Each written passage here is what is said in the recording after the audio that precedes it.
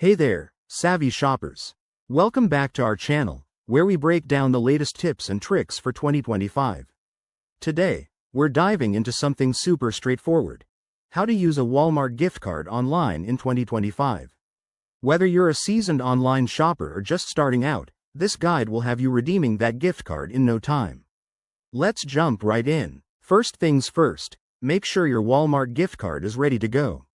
In 2025, Walmart has streamlined the process with enhanced security features, so double-check that your card is activated and has a balance. You can do this quickly on the Walmart website or app. Just head over to the gift card section and enter your card details. Step 1. Fire up your web browser and go to walmart.com. If you're not already signed in, log into your account or create one if you're new. This makes checkout a breeze. Now, browse through the endless deals and add your favorite items to your cart. Remember, 2025 brings even more personalized recommendations based on your shopping history. Once you're ready to check out, proceed to the payment page. Look for the Payment Methods section. Here's where the magic happens. Select Gift Card as your payment option. You'll be prompted to enter your gift card number and the PIN, which is usually on the back of the card.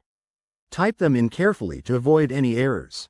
After that, hit Apply and watch as the gift card balance deducts from your total. If you have any remaining amount, you can add another payment method like a credit card. Pro tip: if your gift card isn't working, it might be due to expiration or insufficient funds. Always check the balance first to save time. And just like that, you're all set.